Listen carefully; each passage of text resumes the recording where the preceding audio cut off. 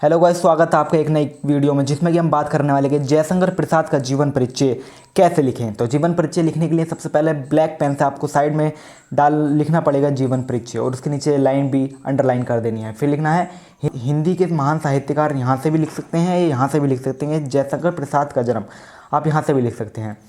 तो हम बात करने वाले हैं ऊपर से, हिंदी के महान साहित्यकार जयशंकर प्रसाद का जन्म काशी के एक संपन्न वैश्य परिवार में सन 1889 ईस्वी में हुआ था।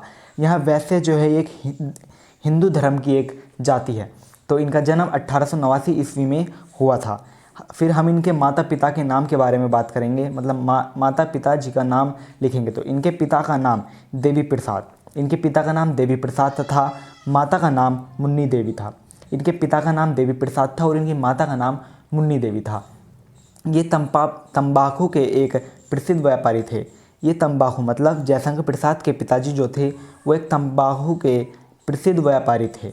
बचपन में ही पिता की मृत्यु हो जाने से इनकी प्रारंभिक शिक्षा घर पर ही हुई।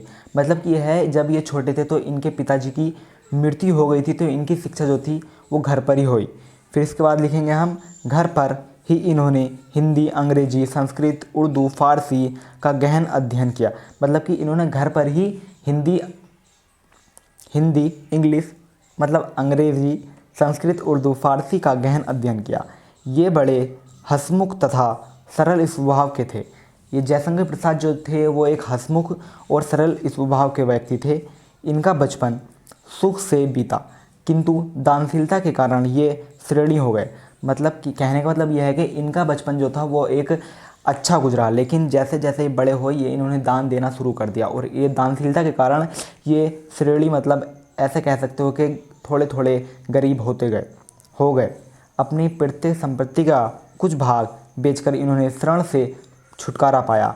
अपनी पेड़ तक मतलब जो दादा से परदादा से जो संपत्ति मिलती है उसे पेड़ तक बोलते हैं। संपत्ति का कुछ भाग बेचकर इन्होंने श्रेणी से छुटकारा पाया।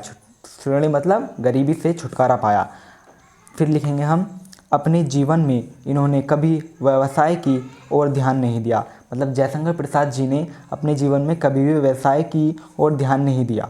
परिणाम स्वरूप इनकी आर्थिक स्थिति बिगड़ती गई। इन्होंने अपने जीवन में व्यवसाय की ओर ध्यान नहीं दिया, तो इनकी परिणाम ये हुआ कि इनकी आर्थिक स्थिति जो थी वो बिगड़ती गई, और चिंताओं ने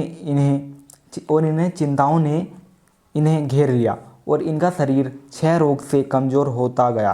क्षय रोग एक रोग है, उससे इनका शरीर कमज़ोर होता गया, और अंत में इनकी मृत्यु सन 1937 ईस्वी को केवल 48 वर्ष की आयु में ही हो गई। तो इनकी मृत्यु जो थी क्षय रोग के कारण हुई थी 1937 ईस्वी को, और केवल 48 वर्ष की आयु में ही हुई थी। फिर हम इसकी रचनाओं की बात करेंगे। तो रचनाएं हैं जयशंकर प्रसाद की प्रमुख कीर्तियाँ इस प्रकार हैं। पहला है कमायनी, लिखेंगे। इसमें मानव को श्रद्धा और मनु के माध्यम से हृदय और बुद्धि के संपन्न का संदेह दिया गया है। फिर लिखेंगे आंसू। यह प्रसाद जी की वियोग का काव्य है। आंसू जो है ये वियोग का काव्य है प्रसाद जी का। फिर आता झरना। इसमें प्रसाद जी की छायावादी कविताएं संकलित हैं। झरने में जो है प्रसाद जी की छायावादी कविताएं जो हैं संकलित हैं। फिर आता है लहर। लहर जो है यह प्रसाद जी का भावात्मक काव्य संग्रह है। ये लहर जो है यह प्रसाद जी का भावात्मक काव्य संग्रह है। फिर आती कहानी।